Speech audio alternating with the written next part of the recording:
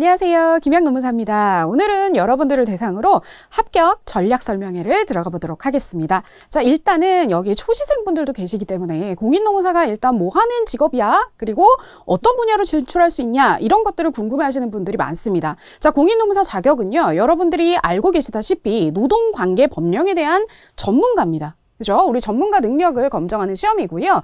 노동관계 법령 및 노무관리 분야에 대해서 전문적인 지식과 그리고 자문을 줄 수 있는 전문가 역할을 하시게 되는데요. 노동관계 분야의 전반을 분석해서요, 합리적인 개선 방안을 제시를 한다든지 아니면 법 위반 영역들을 제시를 해서, 그죠? 개선 방안들을 제안해 주시는 그러한 전문가 역할을 하게 됩니다. 자, 따라서 진출 분야는요, 생각보다 굉장히 다양해요. 우리가 다른 자격증이랑은 좀 다르게 인사노무 분야 뿐만 아니라 노동법 분야까지 관련된 전문 영역들을 가지고 있기 때문에 해당 분야 둘 다로 진출이 가능합니다.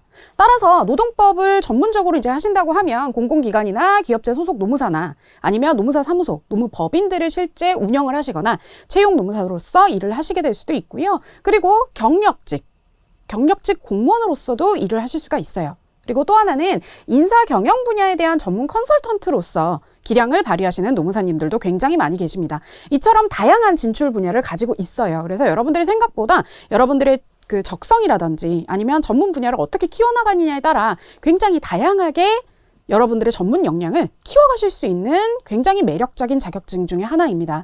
자, 공인노무사 시험은요, 우리 절차를 보시면 일단 어학 성적이 제일 중요해요. 그래서 어학 성적은 기본적인 전제 조건이고요. 공인 어학 성적 취득하시고 1차 시험 객관식 시험을 보시고요. 그 다음 2차는 여러분들이 무서워하시지만 2차 시험은 논문형 논술형 문제입니다. 그 다음에 3차 시험은요, 면접 시험인데 최근에 경향을 좀 보시면 3차 시험은 떨어지는 분이 거의 없이 2차 시험 합격자분들은 대부분 3차 시험은 합격하는 것으로 경향성을 띠고 있고요. 그 다음 3차 시험 면접까지 합격을 하시게 되면 최종 합격입니다. 자, 공인 어학 점수들이 조금 궁금하실 텐데요. 공인 어학 점수는 시험이 되게 여러 가지가 있어요. 여러분들 잘 아시는 토익도 있고요. 탭스, 그 다음 GTELF, 그 다음에 뭐 플렉스, 그 다음 토플, IBT 이런 것들이 다 다양하게 있어요. 그죠? 그래서 여러분들이 많이 하시는 거는 토익이나 GTELF를 많이 하시는 것 같고요. 하나 팁을 드릴 거는 공인 어학 성적 있잖아요. 요거는 시험 본격적으로 수험 들어가시기 전에 이미 조금 완성을 하시고, 그죠? 이미 완성을 하시고 해당하는 그 받는 기간이 있어요. 어학 점수, 공인 어학 점수를 넘었다라고 하는 걸 증명하실 수 있는 기간이 있거든요. 그 기간 내에 빠르게 조금 내셔가지고 요 어학에 대한 부담감은 좀 없이 들어오시는 게 여러분들의 수험 생활을 굉장히 좀 단순화시키고 짧게 합격할 수 있는 하나의 방법이긴 합니다. 그래서 우리 이제 본격적으로 조금 시험 과목이랑 합격 기준들 좀 살펴볼 건데요. 자, 시험 과목은요. 1차는 노동법 1, 2. 노동법 1은 개별 근로관계 법령에 있는 것들이에요. 그래서 근로기준법을 위주로 해서 관계 부속 법령 10개 정도로 나와 있고요. 그 다음 민법, 그죠? 노동법 2는 이거는 우리가 알고 있는 노조법이에요. 집단법 영역이 있고요. 그 다음에 그 개별 부속 법령들도 몇 개 있습니다. 근데 노동법 1보다는 작아요. 그리고 민법이 있고요.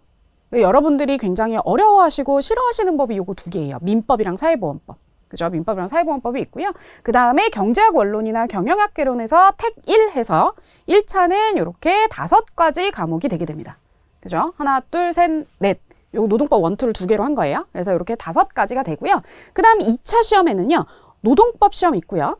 그 다음 인사노무관리, 그 다음 행정쟁송법, 그 다음 택 하나. 택일로 경조나 노동경제학, 민사소송법 셋 중에 하나를 보게 됩니다.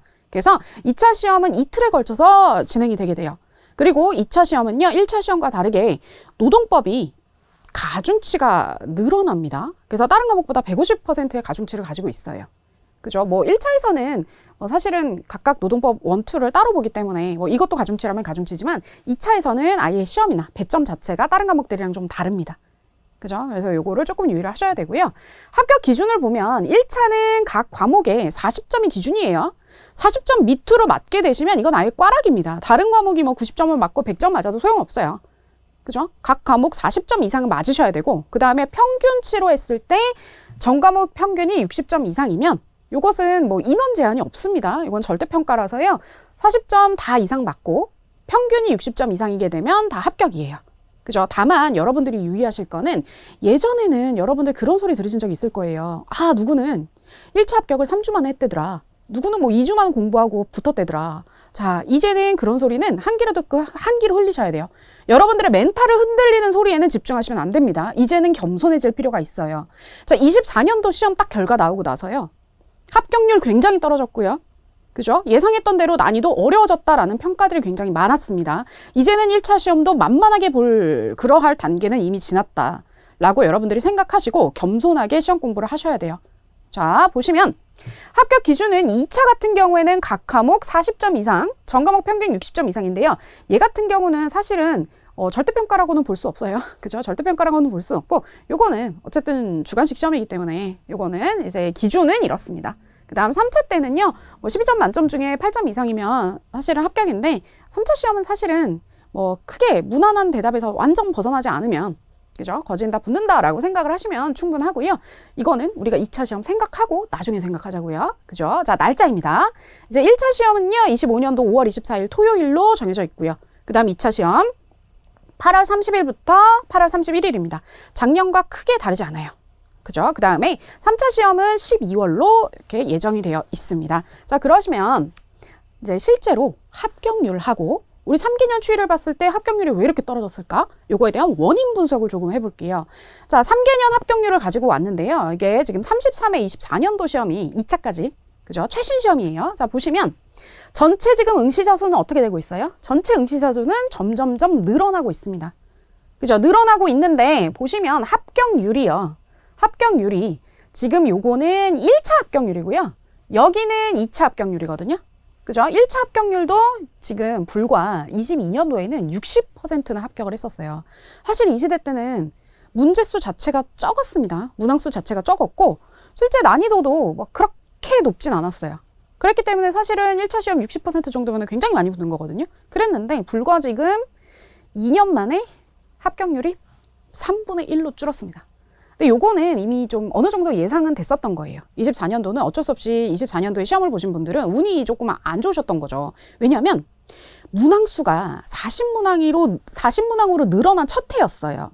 그런데 시험 범위 있잖아요. 시험 범위는 뭐 전혀 변경된 게 없고 문항수만 늘어났기 때문에 어떤 범위에서 어디에 문항이 늘어날지는 사실은 아무도 모르는 상태였어요. 그래서 예측을 해서 공부를 해서 시험을 볼 수밖에 없는 상황이었고요. 그래서 생각보다 부속법령에서 출제가 늘어날 것 같다라고 예상을 드렸는데 그게 사실은 좀 맞았긴 했죠. 맞았긴 했지만 여러분들이 실제로 이거를 체감해서 수험장에서 이게 딱 받았을 때 그때는 좀 난이도는 조금 올라갔을 거라고 생각을 합니다. 노동법 2는 조금 평이했었거든요. 1차 시험은. 네, 그래서 요거 분석은 조금 이따 다시 해드릴 거고요.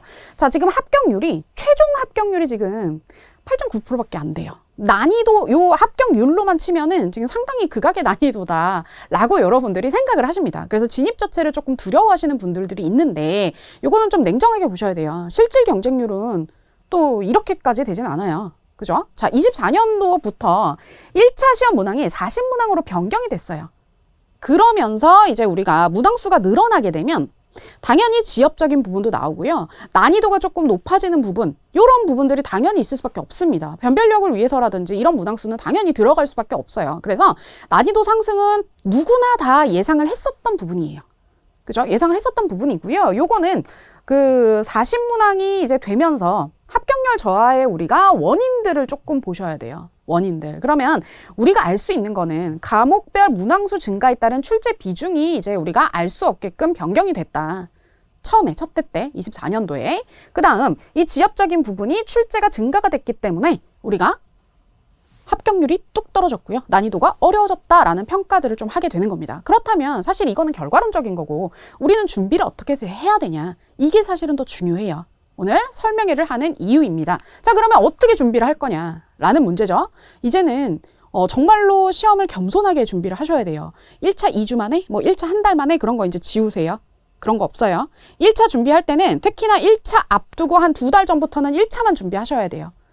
꽈락 나올 수 없잖아요, 여러분. 그리고 평균 60점 맞는 것도 이제 문항수가 늘어났기 때문에 웬만하면 그죠? 조금 준비를 좀 꼼꼼하게 좀 하셔야 된다라는 말씀을 드리는 거예요. 자, 그러면 우리가 그렇게 하려 그러면 영어 있잖아요. 영어 먼저 말씀드릴게요. 영어는 반드시 빠르게 합격합니다. 그래서 영어에 신경 쓰느라고 공부를 하다가 찔끔찔끔 공부하다가 영어 다시 하다가 다시 논문서 준비하다가 영어 하다가 이런 일을 하게 되면 수험 기간이 늘어나고요. 공부에 집중할 수가 없어요. 사람이 다가오면 다가올수록 불안해집니다. 그래서 이거는 정말 조금 빠르게 합격을 하시고요. 그 다음에 이제는 전략적으로 이제 접근할 게 필요해요. 그래서 우리가 모든 시험을 평균 60이라고 해서 60점 딱 맞을 거 아니잖아요. 물론 60점 맞아서 합격하는 게 제일 적은 노력을 들었다면 인풋 대비 사실은 효율은 제일 좋은 거지만 우리는 어차피 2차도 공부를 해야 되기 때문에 처음에 할 때 좀 꼼꼼하게 좀 공부를 하세요. 자, 공부를 하는데 다만 요거 자, 다른 거는 괜찮은데 양 많은 과목 있잖아요. 요거는 진짜 미리미리 하셔야 돼요. 양 많은 거 뭐예요? 민법 난이도 이번에 올라갔다고 여러분들이 엄청 막 얘기를 많이 하셨어요. 저한테. 그죠? 민법 양은 사실 뭐 난이도가 어려워졌다라고는 하는데 문제가 늘어났기 때문에 박스형이나 사례형 문제들이 늘어나서 여러분이 시간이 부족했을 수 있어요. 사례형 문제들은 사실은 난이도는 그렇게 뭐 크게 뭐 다른 연도랑 비해서 난이도 자체가 막 상승했거나 이러지는 않았다라고 저는 생각을 하거든요. 일단 난이도 자체는. 그런데 어쨌든 이게 지금 보니까 이제는 뭐 미루거나 방심하면은 폭탄이 되는데 한 과목이라도 빵꾸가 나면 안 돼요. 빵꾸가 나면 안 되는 거는 맞는데 여러분들이 이제 전략적으로 양이 많은 거 그리고 하기 싫은 것들을 미리 하셔야 돼요. 가장 큰 거는 뭐예요? 여러분들이 웬만하면 노동법은 흥미가 있어서 수업을 잘 들으시고 잘 따라온단 말이에요. 맨날 노동법 공부만 또 해요. 그래서 사실은 2차 시험 때 노동법 답안지가 좀 평준화되어 있다라는 평가들을 많이 하세요, 교수님들이. 학원에서 배운 뭐 천편일률적인 답안지 뭐 이런 식으로 많이들 얘기를 하신단 말이에요. 똑같이 준비를 하기 때문에. 그죠? 그런데 여러분들이 일단 민법은 어렵게 생각을 하시고요. 양이 많습니다. 그리고 사보는 어때요? 사보도 똑같이 어려워요.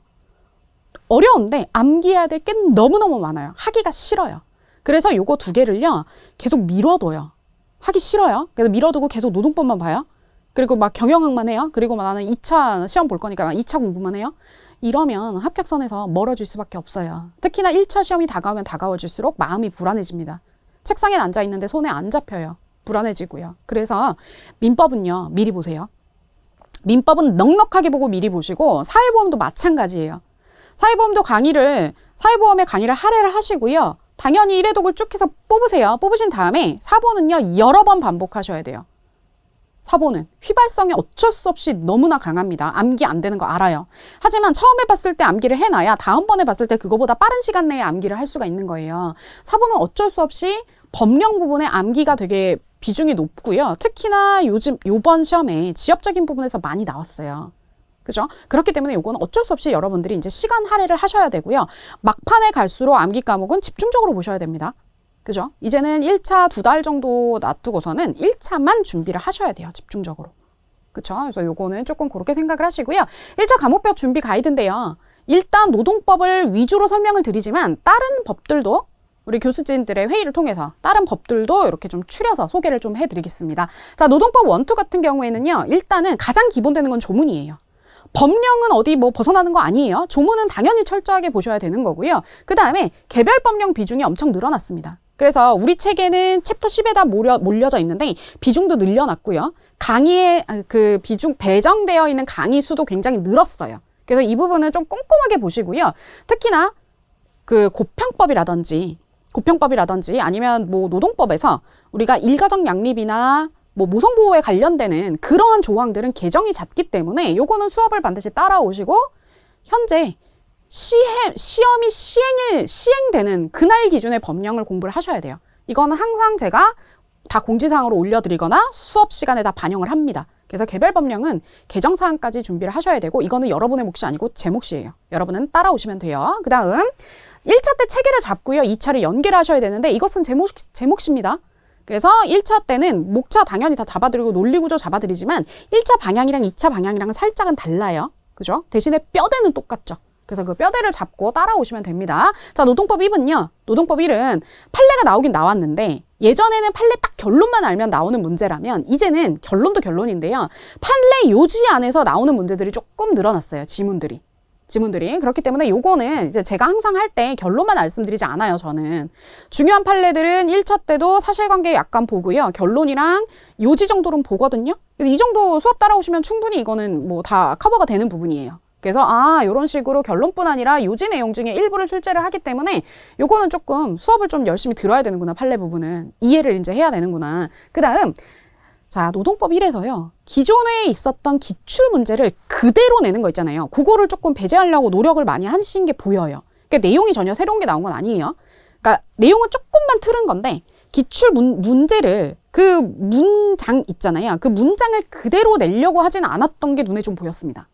그게 좀 보였기 때문에 요거는 어쨌든 배제 경향이 있긴 하지만 기출을 놓을 수는 없어요. 핵심 키워드는 똑같아요. 그래서 그거는 이랬다라는 거 말씀드리는 거고 노동법 2에서는요. 기존과 비슷했습니다. 평이하다라는 얘기가 많았어요. 기존과 비슷했고 그 다음에 조문이나 판례 결론에서 출제가 됐습니다. 예전과 비슷해요. 다만 여기도 부속법령에서 비중이 조금 많이 늘어났죠. 그죠? 그래서 여러분들이 부속법령에서 시험 비중이 많이 늘어났기 때문에 말씀은 드렸지만 실제 딱 맞닥뜨렸을 때는 당황했을 수 있습니다. 그건 지금 이제 하면 돼요. 처음에는 시그널을 어떻게 주는지를 파악을 하시면 이제는 그게 시그널을 주신 거잖아요. 요거에 맞춰서 공부하면 돼요. 강의도 그렇게 진행을 합니다. 그래서 너무 걱정하실 필요는 없다. 자, 민법은요. 사실 문제로 늘어나면서 박스형 문제, 사례형 문제 많이 늘어났습니다. 그죠? 그리고 하나 조금 체크를 하실 거는 이제는 이렇기 때문에 이 시간 부족에 대한 대비가 필요해요. 시간 부족에 대한 대비가 필요해요. 그래서 여러분들 보시면 문제를 딱 봤는데 민법 아예 몰라요. 이 내용을 전혀 모르겠어. 그러면 문제를 읽으면은 이게 막 풀면 풀려요? 사보 마찬가지예요. 사보 내가 전혀 암기를 안 한 데서 나와서 아무리 봐도 이거 나머지 지문 3개는 아닌 거 알겠는데 나머지 둘 중에 하나는 아랫가리예요.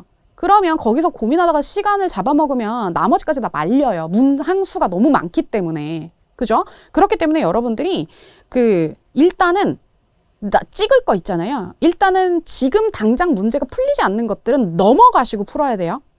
그리고 문항수가 많기 때문에 이거 답안지를 밀려 쓰시게 되면 정말 큰일 나요. 그래서 객관식은요. 시험 문제 모의고사 같은 것들 그냥 뭐 한두 번씩 OMR 답안지만 해다가 한번 여러분들이 연습을 해보시고 다만 현재 시험에서 가셨을 때 한꺼번에 다 체크하려고 하시면 밀려실 수가 있어요. 그래서 그 부분을 조금 정신을 조금 꽉 잡고 밀려 쓰지 않는 거 유의하시면서 좀 끊어서 답안지를 좀 쓰셔야 돼요. 과목별로 이렇게 좀 끊어가지고 뭐 다 체크하시고 한다든지 그런 식으로 하셔야지 안 그러면 다 통으로 몇 문제를 다 날려버릴 수 있어요. 그래서 굉장히 조심하셔야 됩니다. 문항수가 많은 시험에서는 그럴 수 있습니다. 자, 그 다음 사회보험은요. 길어진 지문이 요게 좀 특징이었어요. 지문이 길어졌거든요. 그래서 길어진 지문에 대한 연습이 필요하고요. 특히나 우리가 건강이나 국민 파트 있잖아요. 이쪽 문제가 당연히 비중이 좀 높아졌습니다. 그래서 우리가 살짝 예전에는 제가 이제 사회보험법 강의할 때만 해도 요거를 이제 조금 선택적으로 공부를 하라라고 말씀드렸는데 이제는 그런 시기는 지났어요. 그래서 건강이랑 국민도 비중을 늘려가지고 어쩔 수 없이 공부를 하셔야 되는 때가 왔다라는 거고 경영학 개론 같은 경우에는 요거는 양이 좀 많아요. 그리고 이거는 진짜 선택적으로 학습을 좀 하셔야 될 것 같아요. 계산 문제라든지 어려운 문제 같은 것들은 버리고 나머지 뭐 부분에 치중을 할 거냐 이런 것들은 여러분들이 취사 선택하시는 거예요. 그죠? 그래서 2차 때 요거는 인사노무나 뭐 경영 조직론 요런 것들에 이제 연계가 되기 때문에 요런 거 이제 선행한다라는 생각을 하시고 요거는 암기가 좀 필요한 부분이다라고 생각을 합니다. 자, 그 다음에 우리가 2차 시험은요. 2차 시험은 이거는요. 누수가 생기지 않는 공부를 제가 강조를 하는데 정말 2차 시험에서는 그게 핵심이에요. 어떤 과목이든지 내가 미뤄놨던 과목이나 싫어했던 과목 때문에 떨어지는 거예요, 사실은. 그래서 누수가 없도록 고르게 공부를 하시는 게 중요하고요. 그죠? 그래서 그렇게 공부를 하셔야 돼요. 그래서 누수가 생기는 과목, 아예 빼먹는 과목, 아예 자신이 아예 없는 과목이 없도록 내가 싫어하는 과목 먼저 전면 배치를 하셔야 돼요. 그러면 정말 신기하게도 억지로라도 그렇게 배치를 하잖아요. 그러면 나중에 그 과목이 효자 과목이 돼서 돌아와요. 제가 그랬어요. 제가 산증인입니다. 그래서 하기 싫은 과목을 전면 배치하셔가지고 억지로라도 시간 배분 하셔야 돼요. 아시겠죠? 그리고 자, 암기하고 현출은 그때부터 하는 겁니다. 그래서 답안지에 내가 써낼 수 있을 정도의 키워드 그걸 체크하는 게 단권화예요. 그죠? 그래서 그 단권화를 항상 생각을 하시면서 공부를 하셔야 돼요. 자, 그러면 2차는 과목별로 이제 어떻게 할 거냐. 자, 노동법은요. 최신 경향은 지금 최신 판례에서 위주로 나와요. 그러니까 최신 판례들이 있는 것들 위주로 나와요. 그래서 제가 테마 특강이라고 해서 맨 마지막 부분에 최신 판례들을, 그죠? 최신 판례라고 해서 올해 나온 것만 하면 작년에 나왔던 것도 최신 판례거든요. 그래서 최소한 3개년에서 조금 중요하다라고 이슈가 됐었던 판례들은 다 정리를 해드립니다.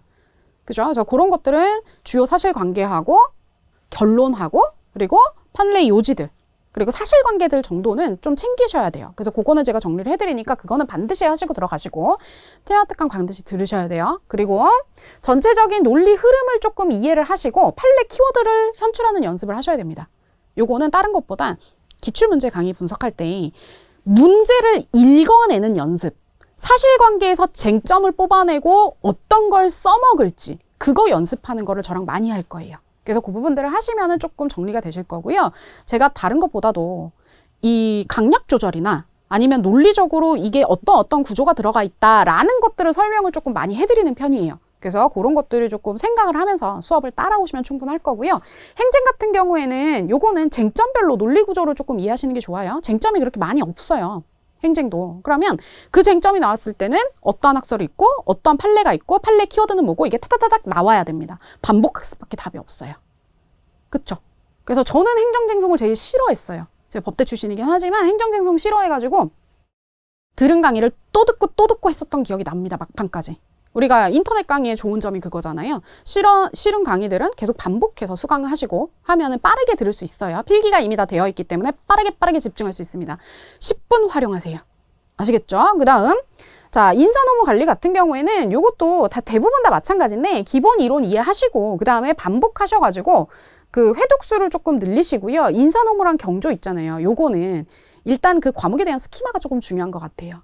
그리고 이 경조는요, 제가 가장 그 공부할 때 그랬던 게 얘는 진짜 양이 압도적입니다.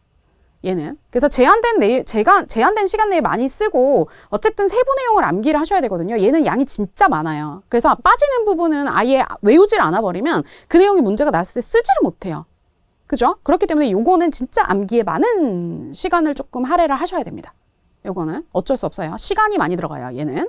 그 다음에 민사소송법 같은 경우에는요, 사실 이 과목을 선택을 하실 때 변환표준 점수 같은 것들 좀 생각을 하시고요. 내가 이 민사소송법을 정말 잘하고 자신이 있고 흥미가 있다라고 하면 민사소송법을 가는 건데 그게 아니라 남들과 조금 비슷한 선택을 하고 싶다, 안전하게 가고 싶다라고 하면 경조를 선택하는 것도 나쁘지 않아요. 하지만 요거는 본인의 취향의 문제입니다.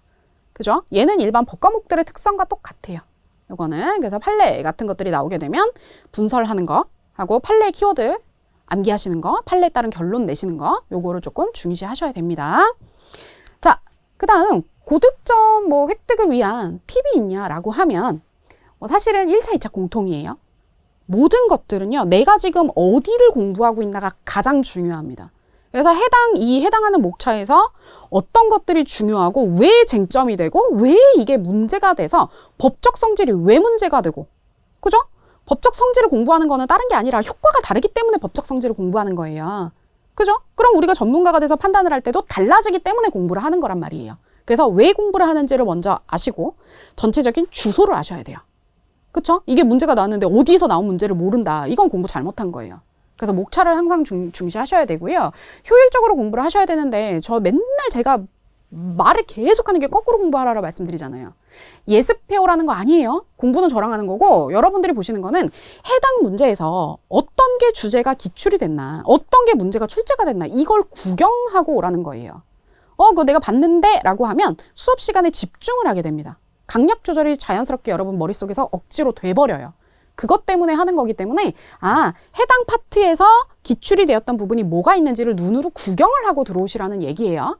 그죠? 자, 그 다음에 자신만의 펜 색깔을 활용하셔야 되는데 색깔은 아무거나 하셔도 상관없어요. 자, 1차는요 뭐가 중요하냐면 내가 틀렸던 거가 제일 중요해요. 그래서 저는 이렇게 합니다. 내가 틀렸던 문제가 제일 중요해요. 내가 또 틀렸던 문제나 아니면 헷갈려서 또 틀릴 것 같은 거 요거는 반드시 여러분들이 색깔을 좀 정해서 체크를 해놓으세요. 걔만 패는 거예요. 걔만 10번 이상 보는 거예요. 뇌는 관성이 있어요, 여러분. 맞춘 거는 다음에 어떻게 해서든 맞춰요. 틀린 거 또 틀리거든요. 그걸 잡으셔야 돼요. 아시겠죠? 그리고 연두색은 내가 이해가 안 가는 거나 모르는 부분이에요. 이거는 회독수가 들어가게 되면 자연스럽게 이해가 되는 부분이 있습니다. 그러면 그때 연필로 지워버리시면 돼요. 됐죠? 그 다음에 기출은 주황색이에요. 저는 기출은 변하지가 않아요. 기출이나 법 조문은, 그러니까 기출이나 아니면 2차 때 법 조문은 주황색으로 합니다. 그죠? 그래서 요것들은 변하는 게 아니기 때문에 요것들은 조금 더 강약을 조절할 수 있고요. 법조문이 사실은 제일 기본이거든요. 그래서 그것들에 대한 중요성은 변하지 않습니다. 그래서 요거 기출이랑 법조문 요거 같은 색깔로 하시고, 그 다음 하늘색은 나는 이해했어요. 앞으로도 내가 맞출 거예요. 근데 강사가 중요하대요. 이런 것들. 이런 거 이제 안 하면 마음이 불안하니까. 근데 이런 거는 뭐 살짝 체크를 해 놓는 거예요. 그래서 이런 식으로 조금 색깔을 좀 활용을 하시게 되면 나중에 내가 똑같은 부분을 복습할 때 분홍색 위주로, 그 다음에 파란색 위주로 찍고 넘어가겠죠. 기출을 이렇게 눈에 살짝 찍고요. 그러니까 요게 이제 나중에 회독을 하게 되면 회독이 들어가면서 시간이 단축이 되고요. 반복 학습을 하게 될 때 상당히 이점을 주게 될 거예요. 요거는 제가 아기 때부터 했던 거거든요. 중학교 때부터. 좀 하시면 너무 좋고요. 그 다음 백지노트는, 백지노트 활용하시는 거는 그거예요. 저 뭐 거창한 거 하라는 게 아니라 끝나고 나서 아무 종이에다가 그냥 오늘 뭐 배웠는지만, 뭐 중요하다라고 했는지만 좀 생각해 보시는 거. 뭐 목차를 그대로 떠올리시면 좋고요. 어떠한 쟁점이 있었는지, 그 쟁점에서 뭐가 문제가 됐고, 판례가 있었는데 판례 키워드들이 뭐가 있었지? 결론이 뭐였지? 라는 거 정도 하나 리마인드하는 것만으로도 굉장히 큰 복습 효과가 있어요. 그래서 요거는 반드시 끝나고 나서, 그 다음에 하기 직전, 요거를 조금 시간을 조금 들이시는 게 제일 중요합니다. 그 다음에 요거는 여러분들의 취사 선택이에요. 스터디 플래너나 스티커, 뭐 스터디캠, 스탑워치 이런 것들을 좀 활용을 하셔가지고 나한테 스스로 동기부여라든지 내가 이만큼은 목표치를 했으니까, 그죠? 나에게 작은 스스로에 대한 보상을 준다든지 이런 식으로 해야 공부를 조금 오래 그 동력을 잃지 않고 하실 수가 있어요. 그래서 이런 것들은 충분히 활용하셨으면 좋겠고요. 제가 활용했던 거는 저는 스터디 플래너 활용을 많이 했었어요. 스터디 플래너 활용 많이 했었고, 그 아날로그가 좋아가지고 목표치를 달성을 하면 색연필로 막 색칠했어요. 이거는 그거라도 재미를 찾고자 했던 발악이었습니다, 사실은. 그래서 그렇게 했던 기억이 나거든요. 그래서 여러분들도 취사 선택을 하시면 좋을 것 같습니다. 자, 1차 합격은요, 이 커리큘럼을 보시면 이제 기본 이론 이제 공부를 할 거고요. 그 다음에 기본 이론 푼 다음에는 기출문제 위주로 되어 있는 문제를 풀어드릴 거예요. 당연히 문제 풀 때 해설만 보면 알 수 있는 거 안 해요. 1차 때 했었던 내용들을 압축해서 정리합니다. 그죠? 그래서 그렇기 때문에 기출문제도, 요 문제풀이도 듣는 게 의미가 있어요, 여러분들. 그 다음에 이 테마 특강이라고 하는 거는 사실은 기출된 이 테마 특강은요, 제가 대부분 그 조문집을 활용합니다. 그래서 조문집을 활용해가지고 조문을 쭉 봐요. 당연히 부속법령 포함이 되어 있고요. 시간 굉장히 빨라요, 말이 빠르고 빠르게 지문을 저랑 같이 조문을 한 번씩 이렇게 눈으로 찍고 넘어가는 거거든요. 그래서 거기서 키워드를 한번 짚어드리기 때문에 조문을 듣고 싶다 그러시면 이 테마 특강을 반복해서 듣는 것도 추천드립니다. 그 다음에 핵지총 특강이라는 거 이제 새로 저희가 커리큘럼을 만들었는데, 요거는 기출지문 있잖아요. 10개년치 기출지문에서 이제 어떤 것들이 문제가 나왔고 실제 키워드가 어떻게 되고 라고 했던 것들을 좀 한 권에다가 압축해 놓은 거예요. 그죠? 그래서 요거 좀 보시면 될 것 같고요. 그 다음에 보시면 이 기출 특강이라고 해서요. 그죠? 뭐 기출 특강이라고 해서 요것도 있는데, 요거 여러분들이 조금 각각의 내용들을 커리큘럼을 모두 다 들으실 필요는 없지만 좀 세부적으로 좀 활용을 좀 하셨으면 좋겠어요. 그리고 맨 마지막에 완전 마무리 특강이 있거든요. 마무리 특강. 그게 이제 기출 특강이라고 해놨는데, 마무리 특강에서는 정말 전 과목을, 그죠? 전 요 시험 범위를 한 5-6강 정도로 압축을 해서 개념이랑, 그죠? 출제가 됐었던 분들, 키워드 부분들, 요것들을 압축해서 탁탁탁탁 얘기해드리는 강의들이 있습니다. 그래서 요런 것들을 좀 보시고, 내가 듣고 싶다 하시는 것들은 충분히 활용하시면 좋을 것 같아요. 근데 가장 중요한 건 기본 강의예요. 여러분들이 내용을 이해를 하셔야 되기 때문에 그렇게 설명을 좀 드릴게요. 자, 2차는요, 구조 자체는 비슷합니다. 그래서 이거는 핵심 이론 강의는요, 기본 강의를 하면서 리딩 판례들은 저랑 같이 볼 거예요. 판례의 단순히 결론뿐만이 아니라 사실관계가 어떻게 됐고, 판결 요지가 어떻고, 결론까지. 여기서 나올 수 있는 문제들, 주제들까지 제가 핵심 이론에서 공부를 할 거고요. 그 다음 여기 문제풀이 시간에서는 기출문제뿐만이 아니라 인접 시험 있잖아요. 변호사 시험. 그죠? 거기에 있는 그 기출문제까지 같이 풀어볼 거예요. 기출문제 시간에는 여기 문제풀이 시간 있잖아요. 여기에는 가장 중요한 게 문제를 읽어내는 연습을 저랑 같이 할 겁니다. 그죠?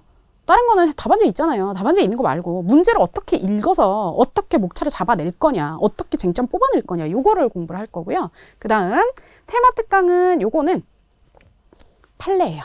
최신 판례. 그래서 최신 판례들 3개년, 5개년치 최신 판례들을 제가 묶어가지고 강의를 해드릴 거기 때문에 그거를 조금 들으시면 좋을 것 같아요. 그렇게 해서 요 강의들을 1차보다는 좀 짧죠. 강의 자체가 커리큘럼이. 그래서 그것들을 좀 반복을 하시고 실제 내가 모르는 부분에 대해서 이해가 안 가는 부분에 대해서 좀 반복해서 강의를 좀 듣고 반복해서 단권화를 시켜서 책을 좀 보시면 시험을 합격하는데 크게 무리가 없을 것이라고 생각을 합니다. 그죠? 자, 그러면 이제 마지막으로 자주 하는 질문들, 조언들 하고 마무리를 좀 해볼까 합니다. 자, 여러분들이 저한테 그 자주 하는 질문들이 있어요. 1차 시험 2주만 하면 된다던데요? 이제 안 돼요? 겸손하게 하셔야 돼요. 그쵸? 특히나 영어 빨리 끝내놓고 시간이 많이 들어가는 과목들은 미리미리 준비를 하셔야 됩니다. 그래도 잊어버려요. 당연해요. 똑같아요. 그러니까 나의 뇌를 막 자책을 하지 마시고 그냥 하시면 돼요. 킵고잉 하시면 됩니다. 자, 그 다음 수험생활 중에 건강관리 팁이 있냐, 스트레스 관리 방법이 어떻게 되냐라고 많이 물어보시는데요. 수험생활이 생각보다 여러분들 길어요. 뭐 짧으면 뭐 1년, 2년이고요. 길면 그거보다 더 할 수 있기 때문에 반드시 여러분들이 그 하실 수 있는 운동 있잖아요. 격한 거 아니더라도 일주일에 한 2번 정도. 그죠? 2번 정도 조금 건강관리를 조금 하시면서 하셨으면 좋겠고, 스트레스 관리 방법은 다른 거 없어요. 공부를 안 하는 게 가장 큰 스트레스 원인입니다. 공부를 하셔야 극복하실 수가 있어요. 그래서 저는 여러분들이 쉬는 날은 하루는 고정으로 잡아 놓으시기를 권해드려요. 장기 레이스이기 때문에 쉬는 날은 반드시 딱 잡아 놓으시고 전략적으로 쉬세요. 쉬는 날은 공부에 스트레스 받지 말고 정말 쉬십시오. 그죠? 충전을 하시고 뭐 친구도 가끔 만나시고, 그죠? 이게 다음날 지장이 있으면 안 돼요. 그래서 쉬는 날을 딱 정해 놓으시고요. 그죠? 그 다음에 나머지는 조금 집중을 좀 하셔야 될 것 같아요. 그리고 오히려 공부를 안 하시면 그게 더 스트레스입니다. 그래서 내가 스트레스를 풀 수 있는 나만의 방법들을 좀 찾아보는 것도 좋을 것 같아요. 어떤 친구들은 코인 노래방 가는 친구들도 많이 봤고요. 그죠? 어떤 친구들은 아예 하루는 그냥 오프를 해버리고 뭐 웹툰을 본다든지 뭐 그런 식으로 이제 하시는 분들도 많이 봤거든요. 그래서 요거는 본인들의 방법을 조금 여러 가지를 해보시고 찾되 하루는 고정적으로 쉬는 날은 조금 확보를 해놓고 공부를 하셔라. 그래야 좀 오래 갑니다. 그래서 이렇게 좀 조언을 좀 해드리고 싶고요. 우리가 목표는요, 단순히 시험 합격이 아니에요. 지금 여기서는 평균 60점만 넘으면 2차 시험에서 합격을 해서 노무사 자격증을 따실 수가 있지만 문제는 여러분들이 합격이 됐을 때 실제 내가 전문가로서 이 내용을 다 알아야지만 전문가로서 조언을 해주시고 자문을 하실 거잖아요. 항상 그 이유를 생각해 놓고 멀리 보세요. 얘는 그냥 하나의 내가 전문가가 되기 위한 하나의 단계에 불과해요, 여러분. 여기에 매몰되지 마시기를 강력히 말씀을 드립니다. 여러분들이 정말 잘 따라오셔가지고 필드에서 동료로 만나 뵀으면 좋겠다라는 희망을 가지면서 여러분 여태까지 들어주셔서 감사합니다.